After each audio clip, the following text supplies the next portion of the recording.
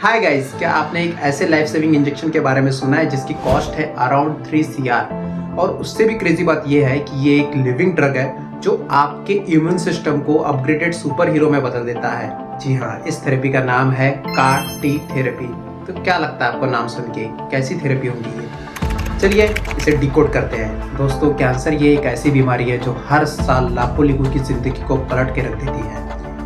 Chemo, radiation, surgeries, इतना सब करने के बाद भी कैंसर कभी कभी वापस आ जाता है। ऐसे में हमें लगता है कि हमारे एफर्ट्स जो है वो वेस्ट जा रहे हैं। सोचो, अगर कुछ ऐसा किया जाए कि आपके ब्लड के सोल्जर्स को अपग्रेडेड करके उन्हें कैंसर किलर बना दिया जाए, कैसा रहेगा? बस यही है CAR-T थेरेपी का फंडा। तो चलिए अब इस थेरेपी को स्टेप बाय स्टेप डिटेल में समझते हैं। सबसे पहले डॉक्टर हमारे ब्लड में से T सेल्स को एक्सट्रैक्ट आउट करते हैं। ये T सेल्स हमारे बॉडी के सोल्जर्स होते हैं।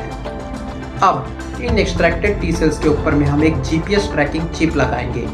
ये GPS ट्रैकिंग चिप ही हमारा कैमरिक एंटीजन रिसेप्टर यानी कि CAR है। ये CAR लगने के बाद में हमारे सोल्जर्स ट्रांसफार्मर की तरह अपग्रेड हो जाते हैं। इसके बाद में इन अपग्रेडेड सोल्जर्स को हम वापस से बॉडी में डालते हैं और बॉडी में जाने के बाद में ये सोल्जर्स जो होते हैं वो इन कैंसर सेल्स को ढूंढ के उनका सफाया करने में सक्षम होते हैं because of the GPS tracking chip. इसे आप ऐसे समझिए कि पहले जो हमारे सेल्स है यानी T सेल्स है, सोल्जर्स, बिना GPS ट्रैकिंग सिस्टम के उन्हें लोकेशन का पता नहीं चल पा रहा था कि कैंसर कहाँ पे है, उन्हें कैसे डिटेक्ट करना और फिर मार पाए। लेकिन एक बार जब हमने उनमें GPS ट्रैकिंग सिस्टम बिठा दिया यानी कि CAR को लगा दिया, उसके बाद में ये T सेल्स जो है वो किलर हो जाते हैं और कैंसर को ढूंढ के उनका खात्मा करते हैं। इसी थेरेपी पे बेस्ड 2017 में नोवार्टिस ने किमरा लॉन्च किया for the treatment of leukaemia in children. एक 6 साल की बच्ची थी जिसे कैंसर बार बार वापस आ रहा था।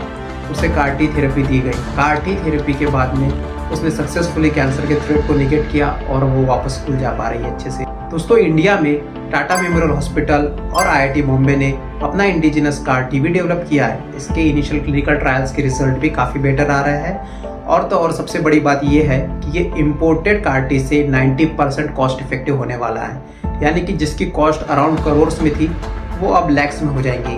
तो गाइस, जैसा कि आपने देखा कि CAR-T थेरेपी इफेक्टिव तो बहुत ज़्यादा है, पर अभी भी इसमें काफ़ी सारे लेकिन जो है वो छुपे हुए हैं। जैसे कि कॉस्ट ऑफ द थेरेपी 3 से 4 करोड़ रुपए का एक इंजेक्शन। यानी कि डॉक्टर आपको क्या सलाह देगा, अगर आपको आपके कैंसर सेल को घर से बाहर भेजना है तो आपको आपके घर को ही बेचना होगा। दूसरी चीज़ है साइड इफेक्ट। कई बार इम्यून रिस्पॉन्स जो होता है वो इतना डेंजरस होता है कि पेशेंट को फिर से ICU में भेजना पड़ता है।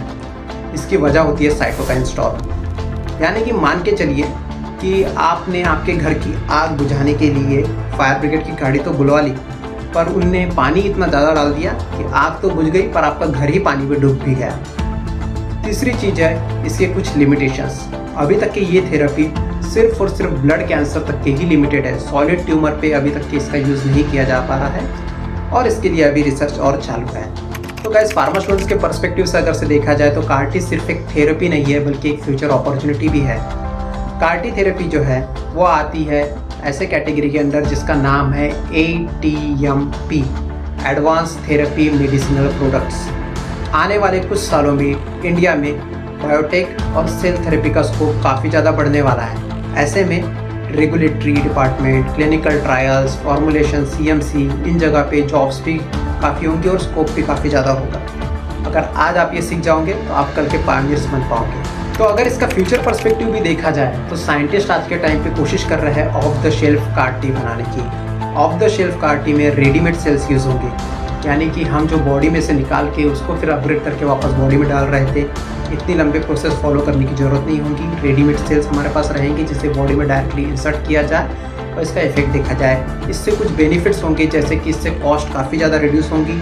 उसके बाद में जो इनिशियली हमारी प्रोसेस 3 से 4 स्टेप्स की थी वो कम होंगी और हम डायरेक्टली रेडीमेड सेल्स को इंसर्ट कर पाएंगे, तो टाइम कंजम्पशन भी कम होगा। साथ ही साथ क्वालिटी भी हार्मोनाइज कर पाएंगे एक स्टैंडर्ड सेट करके। तो दोस्तों, आपको क्या लगता है, ये CAR-T थेरेपी हर एक कॉमन मैन के तक के पहुंच पाएंगी या फिर ये रिच लोगों का ही ऑप्शन रहेंगी? साथ ही साथ एक और सोचने वाली बात यह है कि हम CAR-T थेरेपी का यूज़ करके जैसे कि हमारे बॉडी के ही सेल्स को अपग्रेडेड सुपर हीरो बना पा रहे हैं, क्या ऐसे में साइंस आगे जाके एक ह्यूमन को सुपर ह्यूमन बना सकता है? आपके ओपिनियंस हमें कमेंट में जरूर बताएं। अगर आपको ये जानकारी सही लगी तो please tablet tales by Tiwari को फॉलो करें, सब्सक्राइब करें, लाइक करें और शेयर करें। धन्यवाद।